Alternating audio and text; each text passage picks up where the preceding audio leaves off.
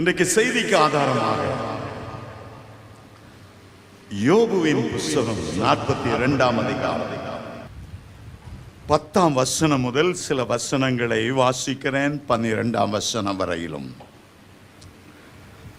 யோபுவின் புஸ்தகம் 42ஆம் அதிகாரம் 10, 11, 12. பழைய ஏற்பாட்டிலே 671ஆம் பக்கத்தில் இருக்கிறது.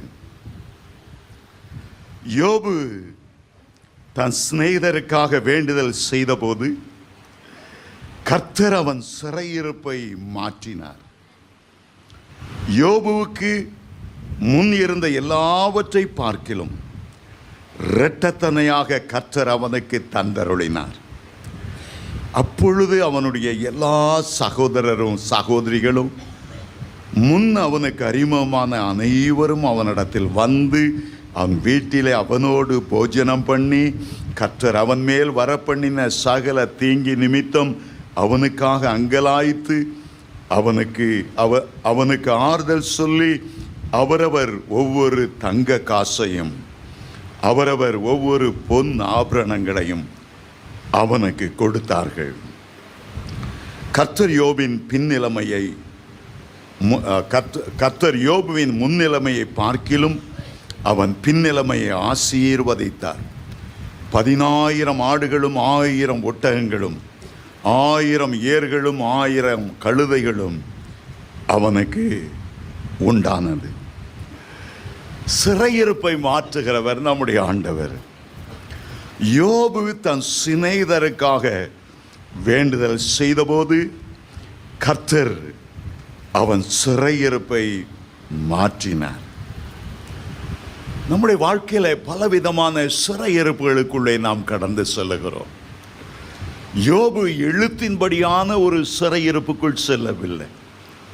அரசாங்கம் அவன் மேல் குற்றம் கண்டுபிடித்து கோர்ட்டில் வழக்கு போட்டு நீதிபதிகள் அந்த வழக்கை விசாரித்து இவனுக்கு இத்தனை மாதம் சிறை தண்டனை என்று கொடுக்கவில்லை. யோபுக்கு வந்த சிறையிருப்பு ஒரு ஆவிக்குரிய சிறையிருப்பு. சில வேளைகளில் நம்முடைய உள்ளத்திலும் கூட நம்முடைய ஆத்துமா சிறையில் அகப்பட்டது போல ஒரு விடுதலை இல்லாமல் சுயாதீனம் இல்லாமல் இருக்கிறதை உணர்கிறோம். சில அந்தகார சக்திகள் நம்மை சிறையிருப்பில் வைத்திருக்கின்றன. லேகியோன் பிசாசு பிடித்த மனிதன், அவனுடைய சிறையிருப்பாக அவனை அந்த பிசாசுகள் கல்லறை தோட்டங்கள் மத்தியில் தனியாய் கொண்டு வந்து வைத்தன. அந்த சிறையிருப்பில் அவனுடைய சுயாதீனம் சுதந்திரம் எல்லாம் பறி போயின. அவனுடைய வீட்டிலே மனைவியோடு பிள்ளைகளோடு இருக்க முடியவில்லை. அவனை ஆக்கிரமித்து கொண்டு அத்தனை அசுத்தாவிகள் தான் அவனை வழி நடத்தி கொண்டு போனது. ஒரு சிறையிருப்பு. சிலருக்கு பாவ பழக்க வழக்கங்கள் ஒரு சிறையிருப்பு. குடியிலிருந்து மீட்க முடியலையே, ஐயோ அந்த சிறையிருப்புக்குள்ளே வாடுகிறேனே, இந்த கஞ்சாவிலிருந்து எனக்கு விடுதலை இல்லையே, புகைப்படிக்கிற பழக்கத்திலிருந்து விபச்சார பழக்கத்திலிருந்து எனக்கு விடுதலை இல்லையே. அது ஒரு பயங்கரமான சிறையிருப்பு. அது ஒரு பயங்கரமான சிறையிருப்பு. சில உணர்வுகளிலும் கூட அநேகர் சிறைப்பட்டு போகிறதை பார்த்திருக்கிறேன். ஒரு தாயார் தன்னுடைய சொல்படி தன்னுடைய மகன் திருமணம் செய்யாமல் வேறொரு பெண்ணை திருமணம் செய்து விட்டபடியால் வீட்டிலே ஒரு மூலையிலே சோர்ந்து போய் உட்கார்ந்து விட்டாள். யாரோடும் பேசுவதில்லை, எந்த இனத்தவர்களோடு பேசுவதில்லை. தனக்கே ஒரு தனிமை என்ற சிறையிருப்பை உண்டாக்கி கொண்டார். கசப்புகள் அவளை சிறையில் வைத்திருந்தன. மன்னிக்க முடியாத சில சுபாவங்கள் அநேகரை சிறைப்படுத்தி வைத்திருக்கிறதினாலே ஆண்டவருக்காக அவர்கள் எழும்பி பிரகாசிக்க முடியலை. சிறையிருப்பிலே பல வகையான சிறையிருப்பு, உலக பிரகாரமான சிறையிருப்பு இருக்கிறது. ஆனால் பொல்லாத சிறையிருப்பு பாதாள சிறையிருப்பு, நித்தியமான சிறையிருப்பு. ஆண்டவர் மரித்தோரிலிருந்து உயிரோடு எழுந்தவுடனே பாதாளத்துக்கு இறங்கி அந்த காவலில் சிறையிருப்பில் இருந்த ஆவிகளுக்கு அவர் பிரசங்கித்தாராம். ஏனென்றால் மத்தேயு 25 அவர் சொல்லுகிறார், நான் காவலில் இருந்தேன், நான் சிறையில் இருந்தேன், என்னை பார்க்க வந்தீர்கள், என்னை விசாரிக்க வந்தீர்கள். அருமையான தேவனுடைய பிள்ளைகளே, எந்த விதமான சிறையிருப்பில் இருந்தாலும் ஆண்டவர் உங்களுக்கு விடுதலை தர வல்லமையுள்ளவராய் இருக்கிறார். சிறையிருப்புக்கு சில காரணங்கள் உண்டு, சிறை மீட்கப்படுதலுக்கும் ஒரு காரணம் உண்டு. யோபு பக்தன் அருமையாய் உண்மை உத்தமாய் ஆண்டவரை நேசித்த போதிலும் அவன் சிறையிருப்புக்கு காரணமாய் அவனுக்குள்ளே ஒரு வகை பயம் இருந்து கொண்டே இருந்தது. சில பயங்கள் வரும்போது உடனே நாம் அதை அதட்ட வேண்டும், இயேசுவின் நாமத்தில் கடிந்து கொள்ள வேண்டும்.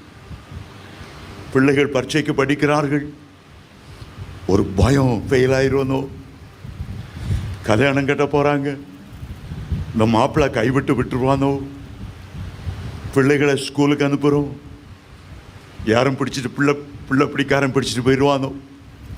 இந்த பயத்தை சாத்தான் கொண்டு வரும்போதே இயேசுவின் நாமத்தில் இந்த ஆவியவனை அதட்டுகிறேன் என்றா வேதம் சொல்லுகிறது. தீமோத்தேயு 1:7 வாசிக்கிறோம், தேவன் நமக்கு பயமுள்ள ஆவியை கொடாமல் பலமும் அன்பும் தெளிந்த புத்தியுள்ள ஆவியையே கொடுத்திருக்கிறார்.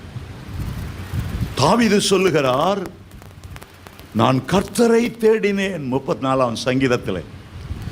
அவர் எனக்கு செவி கொடுத்து என்னுடைய எல்லா பயத்துக்கும் என்னை நீங்களாக்கி மீட்டு கொண்டார். ஆமென், ஹல்லேலூயா. நான் பயப்படுகிற நாளிலே உம்மை நம்புவேன். பூரண அன்பு பயத்தை புறம்பே தள்ளும். ஆமென், ஹல்லேலூயா. அந்த எண்ணம் வரும்போதே ஆவில நிறைஞ்சு அதை அதட்டு, நான் பயப்பட மாட்டேன், என் கர்த்தர் என்னோடு இருக்கிறார், நான் பயப்பட மாட்டேன், என் ஆண்டவர் மரணத்துக்கும் பாதாளத்துக்கும் உரிய திறவுகோல்களை உடையவராயிருக்கிறார், நான் பயப்பட மாட்டேன். ஆபிரகாமே, நீ பயப்படாதே, நான் உனக்கு கேடகமும் மகா பெரிய பலனுமாய் இருக்கிறேன் என்று ஆதியாகமம் 15:5 சொன்னார். சாத்தானுடைய தந்திரம் என்ன? ஒருவனை சிறைப்பிடிப்பதற்கு முன்பு அவனை பயப்படுத்துகிறான், சொப்பனங்களிலே பயப்படுத்துகிறான், தீமையான எண்ணங்களை கொண்டு வந்து பயப்படுத்துகிறான். ஒரு காட்டில் வாழுகிற சிங்கம் ஒரு மிருகத்தை பிடிக்க நினைக்கும் போது முதல்ல அந்த காடே அதிரும்படி பயங்கரமாய் கர்ச்சிக்கும். அந்த கர்ச்சிக்கிற சந்தத்தை கேட்டதோ எங்கிருந்து அந்த கர்ச்சி வருதுன்னு தெரியல, மிருகமெல்லாம் பயந்து ஓட ஆரம்பிக்கும். அங்க ஓடி இங்க ஓடி கடைசியில் சிங்கம் இருக்கிற கெபிக்குள்ளே வந்து சேர்ந்தது. சாத்தான் அதைத்தான் செய்கிறான். சாத்தான் அப்படிப்பட்ட பயத்தை தான் கொண்டு வருகிறார். இயேசுவின் நாமத்தில் அந்த பயத்தை நீங்கள் கடிந்து கொள்ளுங்கள். சிங்கமே, எவ்வளவு கர்ச்சித்தாலும் யூதா கோத்திரத்து ராஜ சிங்கம் என்னோடு இருக்கிறார், சிங்கங்கள் சேதப்படுத்தாதபடி அவைகளின் வாய்களை கட்டி போட்டு எனக்கு ஜெயத்தை கொடுப்பார். ஆமென், ஹல்லேலூயா. யோபு சொல்லுகிறார், நான் பயந்த காரியம் எனக்கு நேரிட்டு விட்டது. யோபு 3:23 என்று நினைக்கிறேன். 25ஆம் வசனம், நான் பயந்த காரியம், நான் அஞ்சினது எனக்கு நேரிட்டு விட்டது. ஒரு பேறுகால பெண்மணி தன்னுடைய அலுவலகத்துக்கு போகும்போது போகிற வழியில ஒரு மனிதனை பார்ப்பாள், தீமையான உருவம். அவனுக்கு விரல நகம், ரொம்ப நீளமான நகம். அவனை பார்க்கும் போதெல்லாம் ஏதோ வயிற்றுக்குள்ள கைவிட்டு குடைகிறது போல அவள் எண்ணுவாள். ஒவ்வொரு நாளும் அவனை பார்த்து பயந்துகிட்டே போவாள். அவளுடைய சிந்தையை பாதித்தது. அவளுக்கு குழந்தை பிறந்த போது பெரிய பெரிய நகங்களோடு பிறந்ததான். டாக்டர்கள் சொன்னார்கள், இவள் ஏதோ பார்த்து பயந்ததினாலே இந்த குழந்தை விகாரமாய் பிறந்திருக்கிறது. தேவ பிள்ளைகள் எந்த காரியத்துக்கும் பயப்படவே கூடாது. பூமி நிலை மாறினாலும், அது சமுத்திரம் பொங்கி வந்தாலும் நாம் பயப்படோம். 41ஆம் சங்கீதத்தில் கர்த்தர் நமக்கு அடைக்கலமும் பலனும் ஆபத்து காலத்தில் அனுகூலமான துணைமானவர், ஆகவே நாங்கள் பயப்படுவதில்லை. ஆமென். ஹல்லேலூயா, ஹல்லேலூயா. சிலருடைய வாழ்க்கையில் இந்த சிறையிருப்பு வருவதற்கு ஒரு காரணம், தவறான வாயின் வார்த்தைகளினாலே தங்களை தாங்களே சிக்க வைத்துக் கொள்ளுகிறார்கள். மரணமும் ஜீவனும் நாவின் அதிகாரத்தில் இருக்கும். சிறையிருப்பை பற்றி பேசிக்கொண்டே இருந்தால், அடிமைத்தனத்தை பற்றி பேசிக்கொண்டே இருந்தால், கர்த்தரை மைமைப்படுத்தாமல் சாத்தானையே மைமைப்படுத்தி பேசிக்கொண்டே இருந்தால், கர்த்தர் செய்த அற்புதங்களை பேசாமல் எத்தனையோ வருஷத்துக்கு முன்னால் நடந்த சில வேதனையான சம்பவங்களையே பேசிக்கொண்டு இருந்தால், அது அடிமைத்தனத்துக்குள்ளாய் கொண்டு போய்விடும். சாரிபாத் விதவை எலியாவிடத்தில் சொல்லுகிறாள், ஐயா, என்கிட்ட கொஞ்சம் மாவு அப்பந்தான் இருக்கு, நான் 2 விறக பொறுக்கி அப்பத்தை சுட்டு நானும் என் மகனும் சாக போகிறோம். ஒரு நாள் சாவை பற்றி பேசாதுங்க, ஒரு நாள் தற்கொலையை பற்றி பேசாதிருங்க, ஒரு நாள் தோல்வியை பற்றி பேசாதிருங்க. கர்த்தர் உங்களுக்கு ஜெயம் கொடுக்கும்படி உங்களை அழைத்திருக்கிறார். ஹல்லேலூயா, ஹல்லேலூயா, ஹல்லேலூயா. அருமையான தேவனுடைய பிள்ளைகளே, சில வேளைகளிலே சிறையிருப்பை கர்த்தர் உங்களுக்கு ஆசீர்வாதமாய் மாற்றி தருவார். இந்த சிறையிருப்பை ஆசீர்வாதமாய் மாறுவதற்கு இன்றைக்கு ஒரு 4 வேதத்தில் இருந்த அனுபவங்களை குறித்து நான் சொல்ல விரும்புகிறேன்.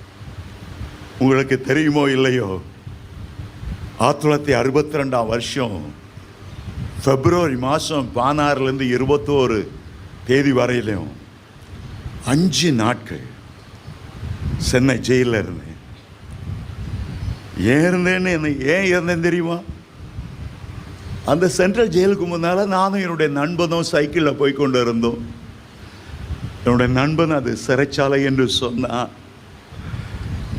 நான் வேடிக்கையாக சொன்னேன், எனக்கு உள்ளே போகணுன்னு ஆசையாக இருக்குன்னு. நம்ப மாட்டீங்க, கரெக்டாக ஒரு வாரத்தில் நானும் அதே நண்பனும் உள்ளே இருந்தோம். ஒரே வாரம் தான் ஹிந்தி எதிர்ப்பு போராட்டம் வந்துச்சு. நாங்கள் ஒரு போலீஸ் லாரியை கல்லெடுத்து எரிஞ்சு சில பேர் நாங்கள் இருந்த இடத்துக்குள்ளே வந்து ஒளிஞ்சனால அந்த ஸ்டூடெண்ட்ஸை பிடிக்கும்போது எங்களையும் பிடிச்சி உள்ளே போட்டான். நான் என் நண்பன்கிட்ட உள்ளே இருந்து சொல்கிறேன், போன வாரம் நம்ம 2 பேரும் பேசின ஞாபகம் இருக்கா?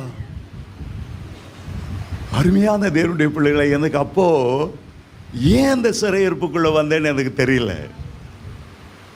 ஆனால் பிற்காலத்தில் ஆண்டவர் என்ன ஒரு ஊழியக்காரனாக்கி 100கணக்கான முறை ஜெயில் ஊழியத்தை ஆண்டவர் கொடுத்தார்.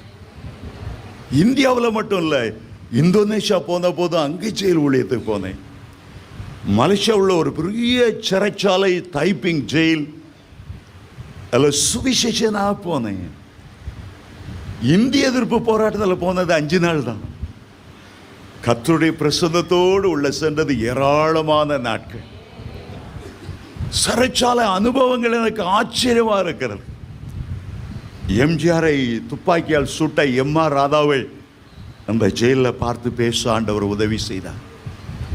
தூக்குக்காக காத்து கொண்டிருந்த தன்னுடைய மாமியாரை கொலை செய்துவிட்டு கத்தியோடு போலீஸில் சரணடைந்து ஆயுள் தண்டனை பெற்ற ஒரு கைது சிறைச்சாலையில் ரட்சிக்கப்பட்ட போது, இங்கே வெளியே சுவிசேஷம் இருந்து அறிவிக்க உள்ள போகிற எங்களெல்லாம் மிக அன்பா வரவேற்பு. அவ்வளோ அருமையாய் ஜெபம் பண்ணுவார். ப்ரொஃபஷனல் கில்லர், பணம் கொடுத்தா கொண்டு வந்துடுவார். வீரண்ண தேவர் என்ற ஒரு பயங்கர தலைமுறையாய் கொலையாளி அங்கே நான் சந்திக்க நேர்ந்தது. சிறை அனுபவங்களை சொல்ல போனால் அதிகமாக இருக்கும். அருமையான தேவனுடைய பிள்ளைகளே, ஆண்டவர் சிறையிருப்பை மாற்றுகிறவர். அது பாவத்தினால் வந்த சிறையிருப்பானாலும் சரி, அந்தகார வல்லமைகளினால் வந்த சிறையிருப்பானாலும் சரி, ஒரு மனிதன் தனக்குத்தானே ஏற்படுத்தி கொண்ட சிறையானாலும் சரி, அதை ஆண்டவர் மாற்ற வல்லமையுள்ளவர். ஹல்லேலூயா.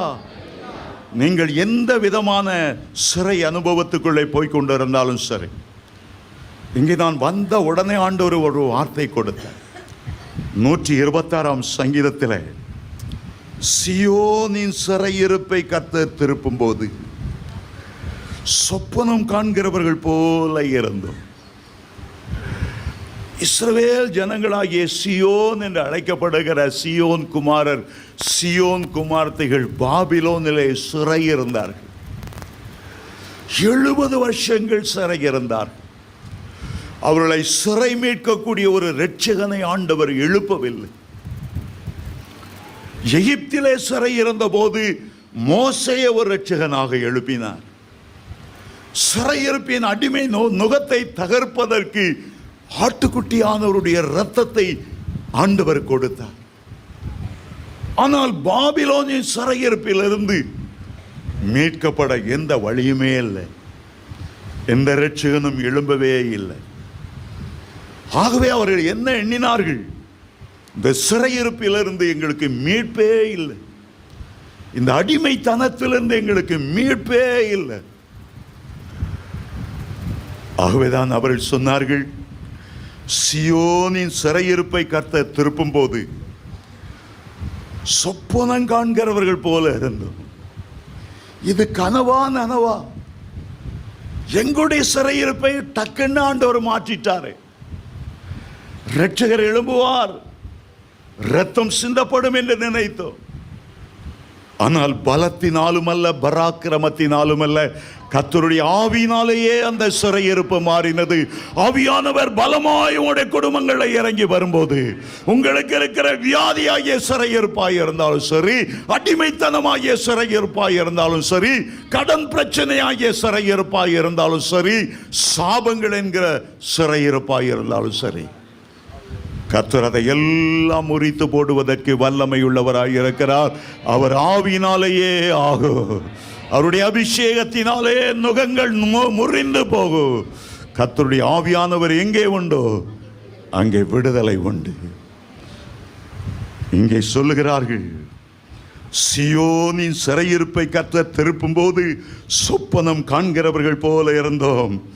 அப்பொழுது எங்களுடைய வாய் நகைப்பினாலும், அதுவரை எங்களுடைய கண்கள் தான் கண்ணீர் சிந்திக் கொண்டு இருந்தது. இப்போது கர்த்தர் எங்களுடைய சிறையிருப்பை மாற்றும் போது எங்களுடைய வாயில ஒரு நகைப்பு உண்டானது. நம்முடைய நாவு ஆனந்த சத்தத்தினாலும் நிறைந்திருந்தது. அப்பொழுது கர்த்தர் இவர்களுக்கு பெரிய காரியங்களை செய்தார் என்று புறஜாதியாருக்குள்ளே சொல்லிக் கொண்டார்கள்.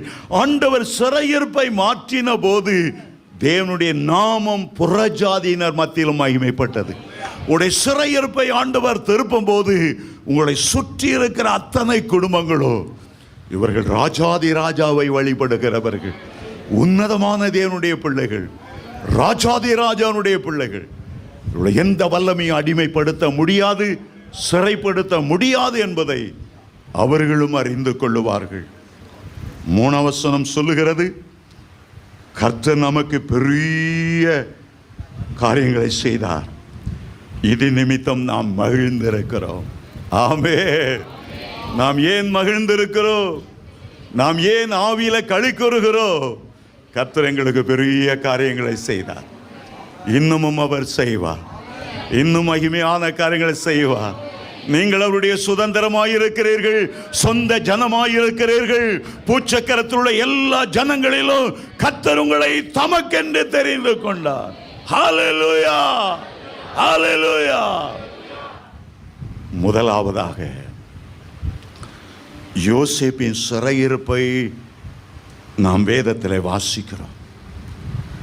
அவனுடைய சொந்த சகோதரர்களே அவனை கைதியாக்கி கையும் காலையும் கட்டி எகிப்துக்கு போற மீதியான இடத்துல அவருடைய சொந்த சகோதரர்கள் விற்று போட்டார்களாம். 105 சங்கீதத்தை வாசிக்கும் போது 17 வசனம் சொல்லுகிறது, அவர்களுக்கு முன்னாலே ஒரு புருஷனை அனுப்பினார், யோசேப்பு சிறையாக விற்கப்பட்டார். யோசேப்பு சிறையாக விற்கப்பட்டார். இயேசுவை சிறை பிடித்தவர்கள் 30 வெள்ளிக்காசுகளை கொடுத்து யூதாசுக்கு கொடுத்து இயேசுவை சிறைப்பிடித்தார்கள்.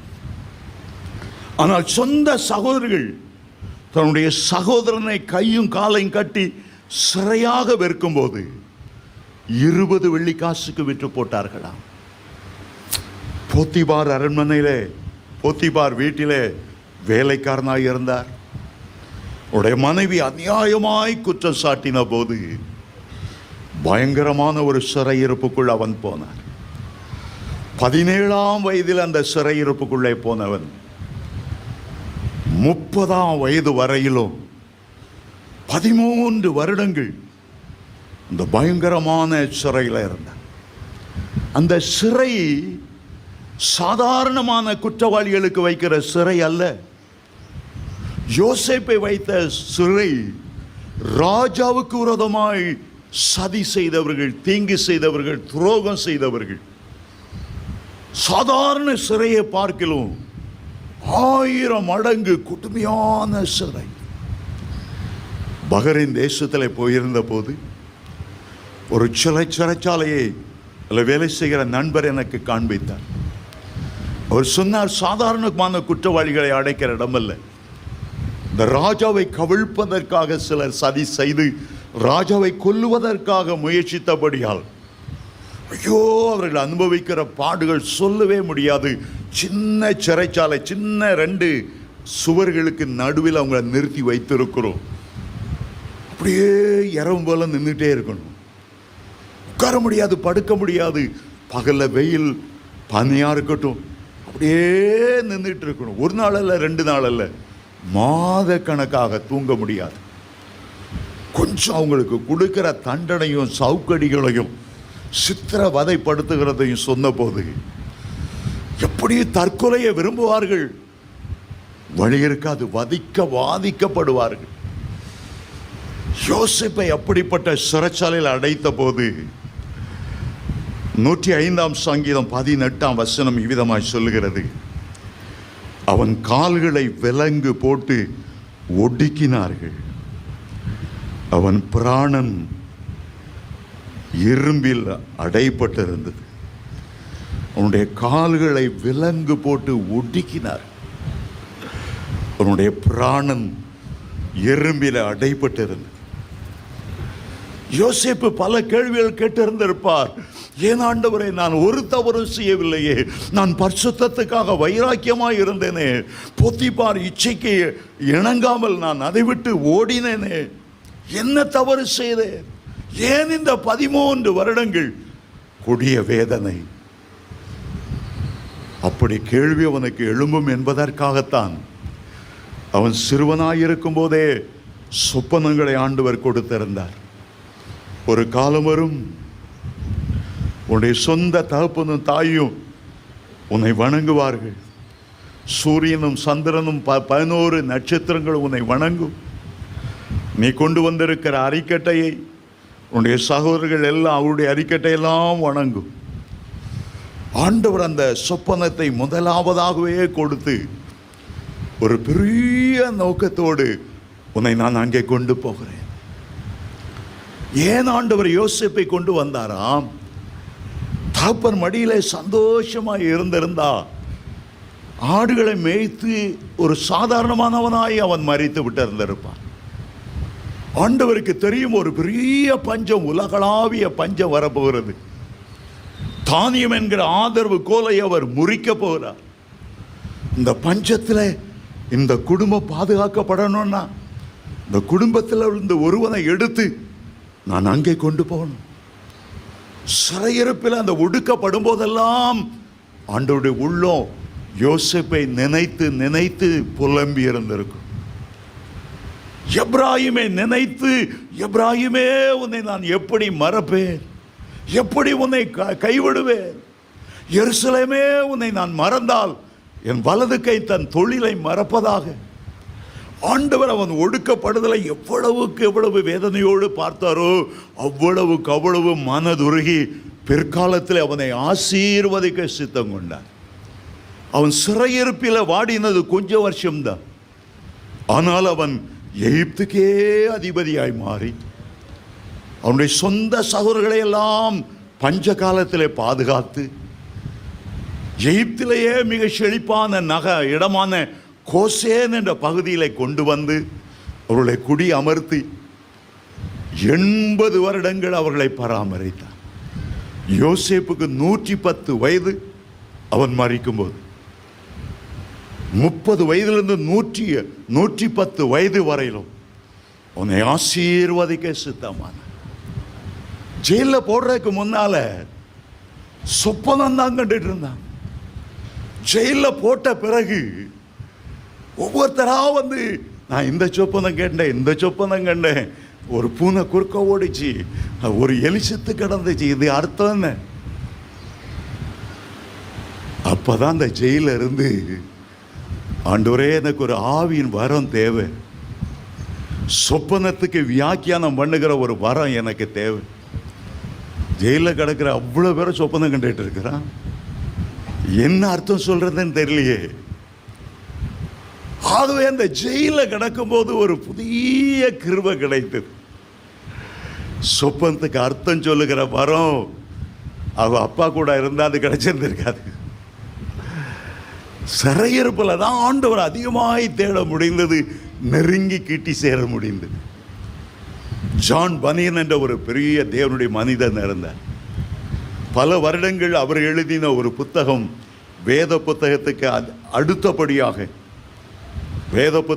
அடுத்தபடியாக அதுதான் ஹையஸ்ட் சேல்ஸ், மோட்ச பிரயாணம் என்ற ஒரு புத்தகம். அந்த புத்தகம் எப்பொழுது எழுதப்பட்டது? ஜான் பனியனை சிறைச்சாலையில் போடப்பட்ட போது, இயேசுவை சேவிக்கிறார் என்று போடப்பட்ட போது, கிறிஸ்துவ மார்க்கத்துக்கு அகெயின்ஸ்டா இருந்த மேரி என்ற ஒரு ராணி ஜெயிலில் போட்ட போது ஆண்டவர் ஒவ்வொரு நாளும் பரலோக தரிசனத்தை கொடுத்து கொண்டே இருந்தார். மோட்ச பிரயாணம் ராத்திரியெல்லாம் அந்த தரிசனத்தை கொடுப்பார், பகலெல்லாம் அவர் எழுதுவார். ரிச்சர்ட் உம்ராண்ட் என்ற பக்தன் 14 வருடங்கள் பாதாள சிறைக்குள்ளே போடப்பட்டிருந்தார். அந்த 14 வருடமும் அந்த இருட்டுக்குள்ளே இருந்து பூமிக்குள்ள எவ்வளோ ஆழம், சூரிய வெளிச்சமே கிடையாது, டைம் என்னன்னு தெரியாது, சூரியன் எப்போ உதிக்க அஸ்தமிக்க தெரியாது. தேவதூதர்களை கூப்பிட்டு பிரசங்கம் பண்ணுவார், ரொம்ப ஆழமான பிரசங்கம். அவர் 14 வருஷம் விடுதலையான போது அந்த தேவதூதரெல்லாம் கூப்பிட்டு சிறையில் நான் பண்ண பிரசங்கத்தை சொல்லுங்க. ரொம்ப ஆழமான புஸ்தகம் கிடைச்சினா வாங்கி வாசிங்க. If prison walls could speak, sermons in the solitary confinement. 3 புஸ்தகமே என்கிட்ட இருக்கு, ஆனால் எங்கே வச்சிருக்கேன்னு தெரியல, அதனால உங்களுக்கு ஓசி கொடுக்க முடியாது. ரொம்ப ஆழமான புத்தகங்கள், சிறையிலிருந்து வந்த புத்தகம். அப்போஸ்தலனாகிய யோவானை பிடித்து சிறையில் போட்டார். பத்மு என்ற சிறையில் அவர் உட்கார்ந்திருந்தார். தீவு, ஆள் நடமாட்டம் இல்லாத ஒரு தீவு, மரஞ்செடி கொடிகள் இல்லாத ஒரு தீவு, எரிமலைகள் உள்ள தீவு. 90 வயதில் பழுத்த பழம் போல இருந்து அவருக்கு வேலை பெரிய பெரிய கருங்கல்ல வெட்டி பிளந்து அதை செதுக்கி சதுரமாக்கி ரோமாபுரியில் உள்ள நகரங்களுக்கு அனுப்புவது. ஆனால் அந்த வேளையில் அந்த சிறையிருப்பின் மத்தியில் இங்கே ஏறிவா பரலோகத்துக்கு ஆண்டவர் அழைத்து சென்றார். உலகத்தில் உள்ள தேவனுடைய பிள்ளைகளோடு ஐக்கியம் கொள்ள முடியாமல் இருந்த அவரை பரலோகத்தோடு, தேவதூதர்களோடு, பரிசுத்தவான்களோடு ஐக்கியம் கொள்ளும்படி ஆண்டவர் செய்தார். ஒவ்வொரு சிறையிருப்பையும் ஆண்டவர் நன்மையாய் மாற்றுகிறவர். இந்த ஜெயிலில் 4-5 பேருக்கு சொப்பனத்துக்கு அர்த்தம் சொல்லி பிராக்டிஸ் பண்ண அவரை ஒரு நாள் ராஜா ஆள் அனுப்பி கூப்பிடும்படி ராஜாவுக்கு ஆண்டவர் ஒரு சொப்பனத்தை கொடுத்தார். உங்களை சிறையிருப்பிலிருந்து மீட்பதற்கு சென்ட்ரல் மந்திரிகளுக்கு சொப்பனம் கொடுப்பார். ஹல்லேலூயா, ஹல்லேலூயா. இயேசுவின் நாமத்தில் சொல்லுகிறேன், உங்களுக்கு ஒரு கிஃப்ட் ஆப்ரேட் பண்ணா போதும். உங்க பாதாளத்தில் சிறையில் கிடக்கிற மாதிரி இருக்கும், ராஜா அரண்மனைக்கு ஆண்டவர் உயர்த்துவார். 9 ஆவியின் வரத்தை ஆண்டவர் உங்களுக்காக வைத்திருக்கிறார்.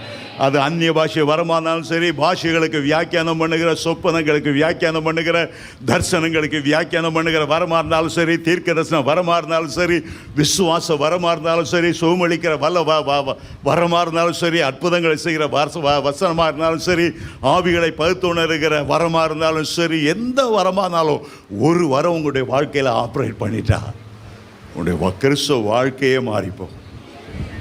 ஏராள ஆத்துமாக்கு உங்க வீட்டை தேடி வந்து நிற்பாங்க. ஆமென், ஹல்லேலூயா, ஹல்லேலூயா, ஹல்லேலூயா. உங்களுடைய வாழ்க்கை ஆண்டவர் மாற்றுவார். யோசேப்பின் சிறையிருப்பை ஆண்டவர் மாற்றினார். காரணம் என்ன? யோசேப்பை புடமிட்டதின் காரணம் என்ன? யோசேப்பை பயன்படுத்தும்படி தேவனுடைய உள்ளத்தில் ஒரு பெரிய நோக்கம் இருந்தது. அந்த நோக்கத்தை நிறைவேற்ற அவனை தாழ்மையுள்ளவனாய் மாற்றுவதற்கு, ஆவின் வரங்களால் நிறைந்தவனாய் மாற்றுவதற்கு, கர்த்தரையே உறுதியாய் பற்றி கொள்ளும்படி ஒரு உள்ளத்தை கொடுக்கும்படி சிறையிருப்பின் பாதையை ஆண்டவர் அவனுக்கு அனுமதித்தார். சிறையிருப்பில் ஒரு பெரிய ஆசீர்வாதம். இரண்டாவதாக இன்னொரு மனுஷனை பார்க்கிறோம். நியாயாதிபதிகளின் புஸ்தகம் 16ஆம் அதிகாரம் 21ஆம் வசனம் 25ஆம் வசனம். உலகத்திலேயே மாபெரும் பலவான் என்று அழைக்கப்பட்ட ஒரு பெரிய தேவ மனிதன் சிம்சோன். உலகத்திலே பிறந்தவரை போல அவனை போல பலனுள்ளவர்கள் ஒருவரும் இல்லை. எப்படி சாலமோனுக்கு பெரிய ஞானத்தை ஆண்டவர் கொடுத்தாரோ, அதுபோல சிம்சோனுக்கு பெரிய பலத்தை ஆண்டவர் கொடுத்தார். ஆரம்பம் நன்றாக இருந்தது. ஆனால் ஆண்டவருடைய அழைப்பு என்ன, தெரிந்து கொள்ளுதல் என்ன, என்ன எதிர்பார்க்கிறார் என்பதை அவன் மறந்து விட்டார். பெலிஸ்தியருடைய கைகளிலிருந்து இஸ்ரவேலரை விடுதலையாக்க வேண்டும் என்ற நோக்கத்தோடு அந்த பலனை கொடுத்திருந்தார். ஆனால் அந்த பலனையோ அவன் வேசிகளிடத்தில் அழித்து கொண்டிருந்தார். புறஜாதிகளோடு உடன்படிக்கை செய்யாதே எச்சரித்திருந்தார். அந்த புறஜாதி பெலிஸ்தியரிடத்திலே, கர்த்தருடைய விரோதிகளிடத்திலேயே பெண்ணை பார்க்கும்படி போய்கொண்டிருந்தார். உன்னுடைய வாழ்க்கையின் நோக்கமே இச்சைகள் நிறைவேற்றுவது, இச்சைகள் நிறைவேற்றுவது. பெண்கள் பெண்கள் என்று அலைந்தார். அவனுடைய அழைப்பை, அவனுடைய தெரிந்து கொள்ளுதலை மறந்து போனார். ஆண்டவர் பார்த்தார், இவனை எப்படியாவது சுத்திகரிக்கத்தான் வேணும், எப்படியாவது இவனை மறுபடியும் கொண்டு வந்துதான் ஆகணும், இவன் பாதாளத்திலே பங்கு பெற்று விடக்கூடாது. வழக்கம் போல இச்சையை நிறைவேற்ற போகும்போது பெலிஸ்தியர் பிடித்தார்கள். தரிசனமாகிய கண்ணை பிடுங்கினார்கள். பலத்த கிரியைகளை செய்து அந்த கைகளை விலங்கிட்டார்கள். எந்த கைகள் ஒரு கழுதை தாடை எலும்பை எடுத்துக்கொண்டு 1000 பெலிஸ்தியரை அடித்து கொண்டதோ, அந்த கைகளை கொண்டு பெலிஸ்தியருக்கு மாவரைக்க போட்டார்கள். பரிதாபமான ஒரு சூழ்நிலை. அந்த சிறையிருப்பிலே கிடந்தார். சிறையிருப்பிலே கிடக்கும் போதுதான் மீண்டும் அந்த உணர்வு வந்தது. ஆண்டவரை நான் துக்கப்படுத்திட்டேனே, என் அழைப்பை மறந்துட்டேனே, பெலிஸ்தியர் கையிலிருந்து என் ஜனங்களை விடுதலையாக்க வேண்டிய நான் உடைய கையில் அடிமைப்பட்டு போனேனே. கண்ணீரோடு கர்த்தருடைய முகத்தை பார்த்து தன்னுடைய வாழ்க்கையை சுத்திகரிப்பதற்கு ஒரு ஏற்ற தருணம் கிடைத்தது. அவனுடைய தலை மொட்டையடிக்கப்பட்ட முடி வளர ஆரம்பித்தது. அவனுக்குள்ளே இழந்த பலன் மறுபடியும் வர ஆரம்பித்தது. ஆகவே அவனை கேலியும் பரியாசமும் செய்து வித்தை காட்டுவதற்காக கொண்டு போன அந்த கட்டடத்தின் 2 தூண்களை பிடித்தான். ஆண்டவரை நோக்கி ஒரு ஜெபம் செய்தான். பார்ப்பதற்கு அந்த ஜெபம் எல்லா ஜெபத்திலும் ஒரு பரிதாபமான ஜெபமாய் காட்சியளித்தது. தேவனுடைய ஒரு மகிமையான ஊழியக்காரன் வாழ்க்கையின் அடித்தளத்தில் இருந்து நொறுங்கி ஜெபிக்கிற ஒரு ஜெபமாய் இருந்தது. ஆண்டவரே, இந்த 2 கண்களுக்காக இந்த பெலிஸ்தியரை நான் பழி வாங்க விரும்புகிறேன். ஒரு விஷயம் என்னை பலப்படுத்தும். பெலிஸ்தியரை அழிக்கும்படி எனக்கு பலனை கொடுத்தவர். இந்த சந்தர்ப்பத்தில் ஒரு விஷயம் என்னை பலப்படுத்தும். 2 தூண்களையும் பிடித்து அசைத்தான். வேதம் சொல்லுகிறது, சிம்சோன் உயிரோடு இருக்கும்போது கொன்ற பெலிஸ்தியரை பார்க்கிலும் மறைக்கும் போது அதிகமான பெலிஸ்தியரை கொண்டார். அதோடு அவனுடைய வாழ்க்கை நோக்கம் முடிந்தது. பெலிஸ்தியரோடு அவனுடைய ஜீவனம் மடிந்தது. ஆனால் ஒரு பெரிய விசேஷம், சிம்சோனுடைய பெயரை விசுவாச வீரன் என்று சொல்லி எபிரேயர் 11:32 எழுதி வைத்தார். அவன் கடைசியாய் ஆண்டவரை வந்து விட்டான். இழந்த பலனை அவன் திரும்ப பெற்று விட்டான். சிறையிருப்பை உடைத்து போட்டான். பலவீனத்திலே பலன் கொண்டான். விசுவாச வீரர்கள் பட்டியலை எபிரேயர் 11 வாசிக்கிறோம். அங்கே ஆதாம் பெயர் இல்லை. உலகத்தில் தலை சிறந்த ஞானியாகிய சாலமோன் பெயர் அங்கே இல்லை. முற்பிதாக்களின் வரிசையில் வந்த ஏசாவின் பெயர் அங்கே இல்லை. ஆனால் சிறையிருப்பில் தன்னை சுத்திகரித்து தன்னை பரிசுத்தப்படுத்தி கொண்ட சிம்சோனினுடைய பெயர் அங்கே இடம்பெற்றிருக்கிறது. ஹல்லேலூயா! அருமையான தேவனுடைய பிள்ளைகளே, சிறையிருப்பின் நாட்கள் வரும்போது, துயர நாட்கள் வரும்போது சிந்தனை செய்து ஆதி அன்புக்குள் திரும்பி விடுங்க. ஜெபம் பண்ணி ஆண்டவருடைய பாதங்களை பிடித்து ஆண்டவரோடு உள்ள ஆதி அன்புக்குள்ளே வந்து விடுங்க. இழந்து போன தெய்வீக பலனை மறுபடியும் பெற்றுக்கொள்ளுங்க. ஆகவேதான் சில குடும்பங்கள் சிறையிருப்புக்குள்ளே போகிறது. ஏன் ஆண்டவர் இதை செய்தார்? உன்னை நீ சுத்திகரித்துக் கொள்ளும்படியாக உண்மையில் இரக்கம் பாராட்டி ஆண்டவர் செய்தார். ஏன் நீ கையிட்டு செய்கிற காரியங்களில் ஒரு முன்னேற்றம் இல்லை?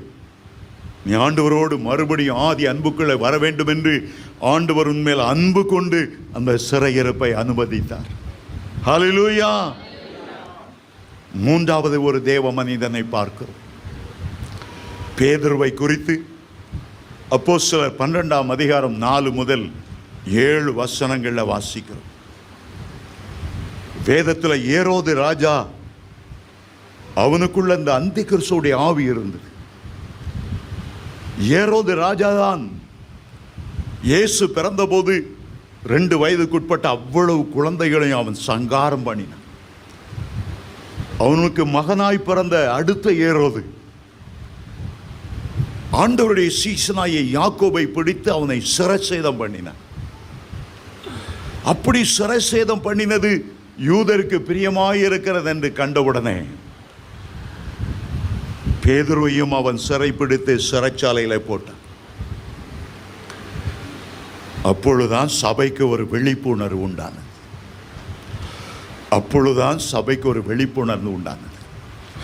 ஐயோ, இந்த யாக்கோபுக்காக ஜெபிக்க ஒருவரும் இல்லாதனால சிறையிலேயே அவன் சிறைச்சேதம் பண்ணப்பட்டு விட்டான். இந்த யோவா சானகனுக்காக ஜெபிக்க ஒருவரும் இல்லாதனால சிறையிலேயே சிறைச்சேதம் பண்ணி விட்டான். ஆனால் பேதுருவை நாங்கள் விட்டு கொடுக்க மாட்டோம். சபைக்குள்ளே ஒரு பாரம், சபைக்குள்ளே ஒரு மனப்பாடு. ரோதை என்ற ஒரு பெண்ணினுடைய வீட்டுக்குள்ளே கூடினார்கள். முழு இரவும் ஜெபிக்க ஆரம்பித்தார்.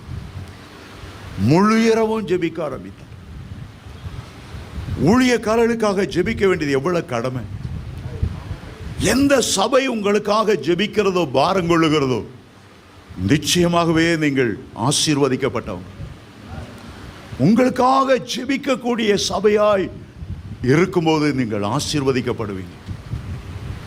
பேதுரு சிறைப்பட்டு இருந்த போது சபையார் அவனுக்காக ஊக்கமாய் ஜெபம் பண்ணினார். பேதுரு அந்த நேரத்தில் என்ன செய்தார்? நல்லா கொரட்டை விட்டு தூங்கிட்டு இருக்கிறேன். கவலையே இல்லை. பொதுவாக சிலையில் நாளைக்கு அவனுக்கு கழுத்தை வெட்ட போகிறாங்கன்னா யாருக்கும் தூக்கம் வராது. ஆனால் பேதுருக்கு ஆண்டவர் கொடுத்த ஒரு பெரிய கிருபை, என்ன நடந்தாலும் சரி மரணத்தை ஜெயித்தவர் என் கூட இருக்கார், நான் என்னத்தை கவலை பண்ணணும். ஜெயில் ஊழியத்தில் நான் பார்த்துருக்கிறேன், தூக்குக்காக கைதிகள் கொண்டு போகும்போது 3 நாளைக்கு முன்னால் அவங்களுக்கு பைத்தியம் பிடிச்சிடும், மரண பயம். ஐயோ, அந்த கழுத்தில் கயிறு இருக்கும்போது நாக்கு மாதிரி தொங்குமே, கண்ணெல்லாம் பிதுங்குமே, எங்கே போகிறோம் அந்த தூக்கு கயிறுக்கு அங்கே என்ன இருக்கிறது? ஒரு உண்மையான சம்பவம், நேரமில்லை என்றாலும் சொல்லிடுறேன். வரதட்சணையில் ஒரு மாமனாருக்கும் அடுத்த சம்பந்திக்கும் சண்டை வந்தது. கணவன் மனைவி ஹனிமூன் போயிட்டு அப்போ தான் திரும்பினாங்க. இந்த கணவன் பார்க்குறான், தன்னுடைய தகப்பனை பெண்ணுடைய தகப்பனை போட்டு அடின்னு கீழே போட்டு அடிக்கிறத பார்த்த உடனே தாங்க முடியல, வேகமாக வீட்டுக்குள்ளே ஓடனான். ஒரு அரிவாள் எடுத்து வந்து மாமனாரை வெட்டிட்டான். யோசிக்கவே இல்லை. அவனை கைது செய்தாங்க, ஜெயிலில் போட்டாங்க. அவனுக்கு தூக்கு தண்டனை. அவன் கவர்னருக்கு விண்ணப்பித்தான், எல்லாருக்கும் விண்ணப்பித்தான். ஜனங்களெல்லாம் எழுந்தாங்க. அவன் அவசரப்பட்டு செய்தான், எமோஷனலாக செய்தான், உணர்ச்சி வசப்பட்டு செய்துட்டான். திடீர்னு பார்த்தோடனே அவங்க அப்பா கீழே கடந்து மேலேருந்து சம்பந்தி அடிக்கிற பார்த்தோடனே எதிர்பார்க்கலை.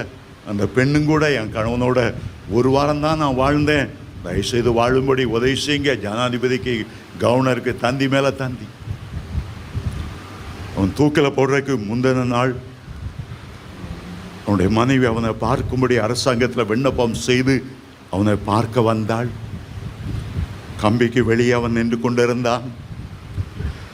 கம்பிக்கு இந்த பக்கத்தில் மனைவி நின்று கொண்டிருந்தாள்.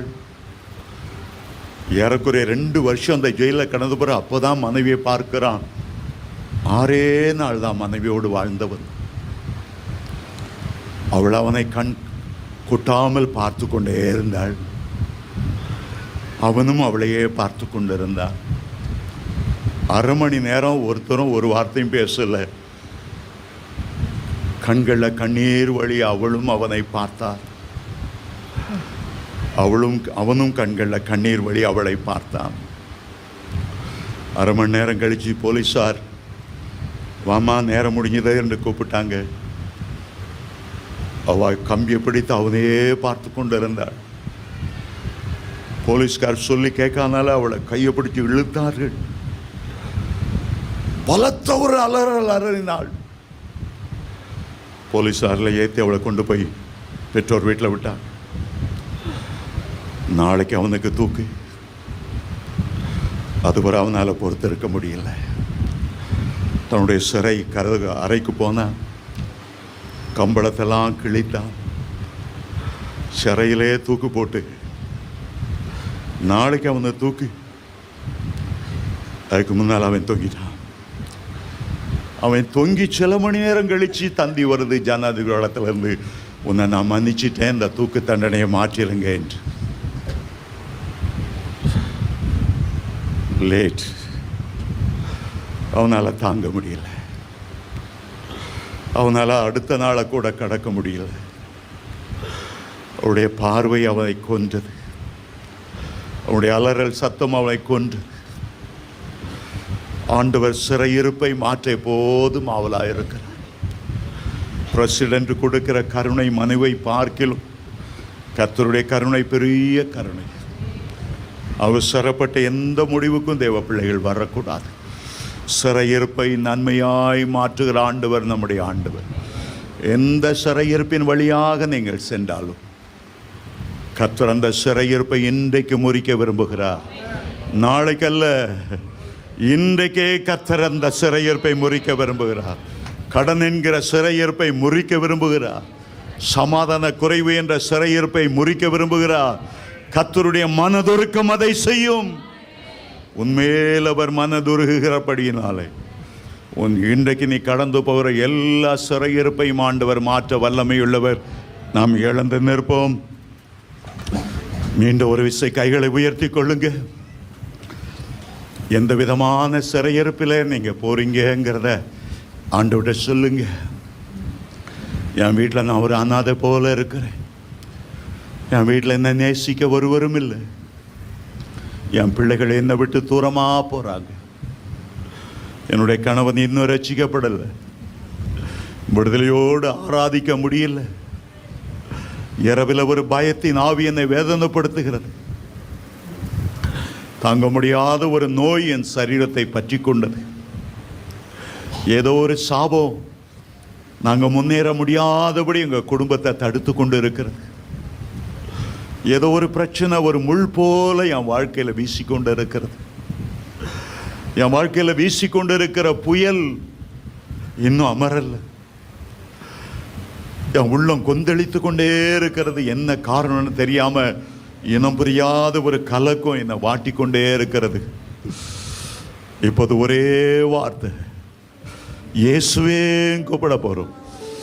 யார் யாருக்கு சிறையிருப்பிலிருந்து விடுதலை வேணுமோ ஒரே வார்த்தை, ஒரே வார்த்தை, இன்னும் சத்தமாய், இன்னும் சத்தமாய், Jesus, Jesus, Jesus, Jesus, Jesus, Jesus, Jesus.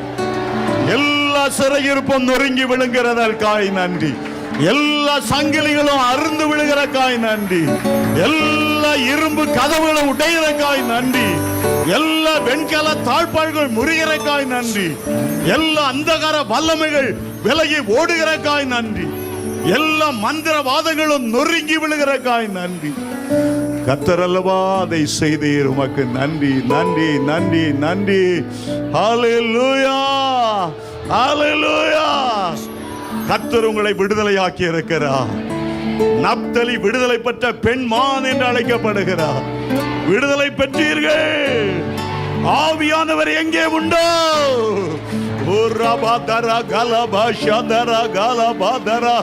அங்கே விடுதலை உண்டு, விடுதலை உண்டு, விடுதலை உண்டு, விடுதலை உண்டு, விடுதலை உண்டு.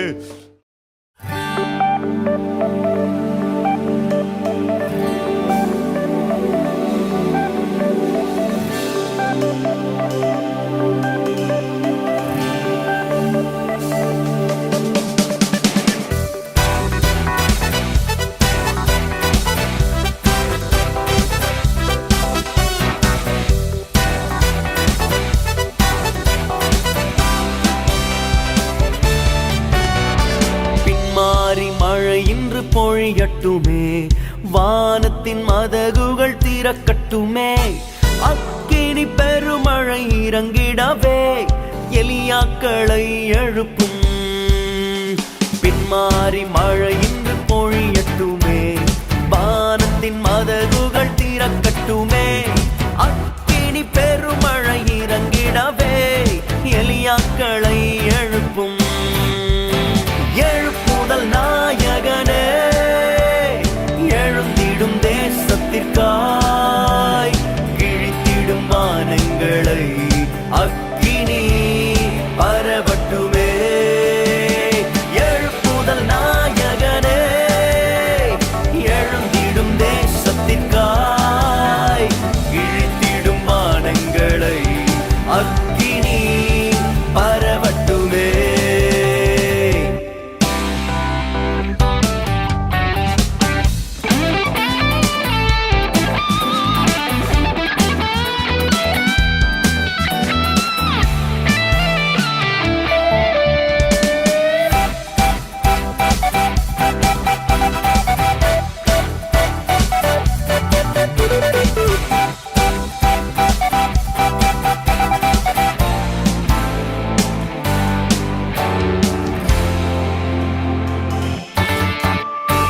எலியாவின் ஆவியால் நிறைத்திடுமே, முழங்கால்கள் யாவையும் முடக்கிடுமே, கர்த்தரே தேவன் என்று முழங்கிடவே எலியாக்களை எழுப்பும். எலியாவின் ஆவியால் நிறைத்திடுமே, முழங்கால்கள் யாவையும் முடக்கிடுமே, கர்த்தரே தேவன் என்று முழங்கிடவே எலியாக்களை எழுப்பும். எழுப்புதல் நாயகனே,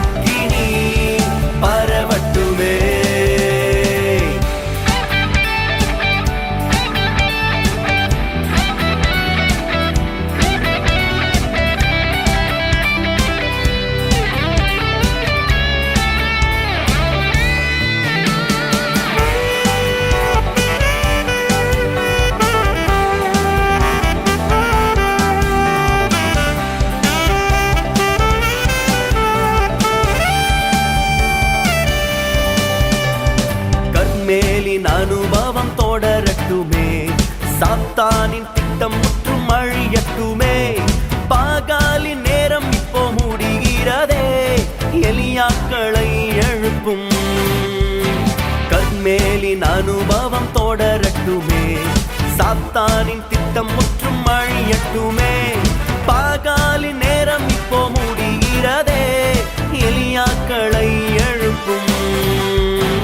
எழுப்புதல் நாயகனே, எழுந்திடும் தேசத்திற்காய், கிழித்திடும் வானங்களை அக்கினி பரவட்டுமே.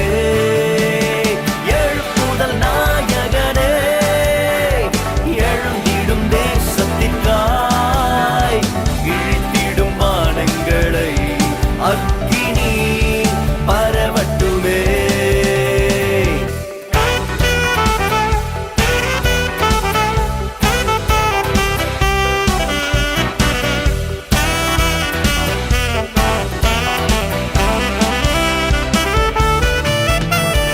தீபத்தை போலவே அபிஷேகமும், விசுவாசி மேலெல்லாம் தீப்பிழம்பும்.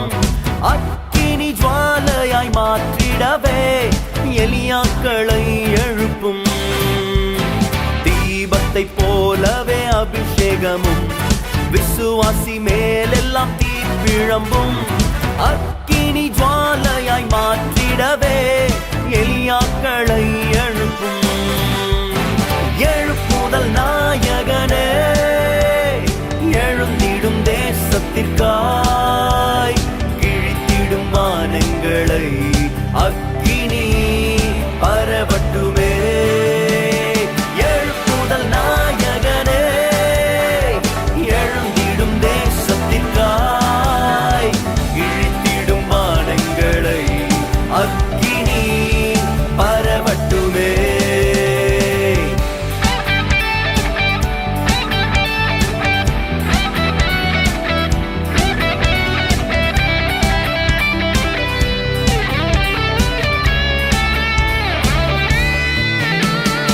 கிருபையின் காலங்கள் முடிகிறதே, வருகையின் நேரம் வந்திட்டதே. தேசத்தை குலுக்கி அசைத்திடவே எலியாக்களை எழுப்பும். கிருபையின் காலங்கள் முடிகிறதே, வருகையின் நேரம் வந்திட்டதே. தேசத்தை குலுக்கி அசைத்திடவே எலியாக்களை எழுப்பும். எழுப்புதல் நாயகனே, எழுந்திடும் தேசத்திற்காய், கிழித்திடும் வானங்களை அக்கினி பரவட்டுமே. எழுப்புதல் நாயகனே, எழுந்திடும் தேசத்திற்காய், கிழித்திடும் வானங்களை அக்கினி பரவட்டுமே. எழுப்புதல் நாயகனே, எழுந்திடும் தேசத்திற்காய், கிழித்திடும் வானங்களை அக்கினி பரவட்டுமே.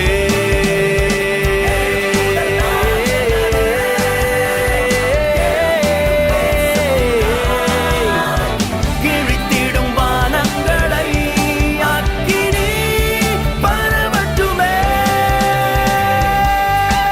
கடைசி நாட்களிலே மாம்சமான யாவர் மேலும் என் ஆவியை ஊற்றுவேன் என்று சொன்ன தெய்வமே, உம்முடைய ஆவியை இன்றைக்கு எங்களுடைய வாலிபர்கள் மேலிலும், எங்களுடைய முதியோர்கள் மேலிலும், விசுவாசிகள் மேலிலும் உம்முடைய ஆவியை நீர் அளவில்லாமல் ஊற்றுவீராக.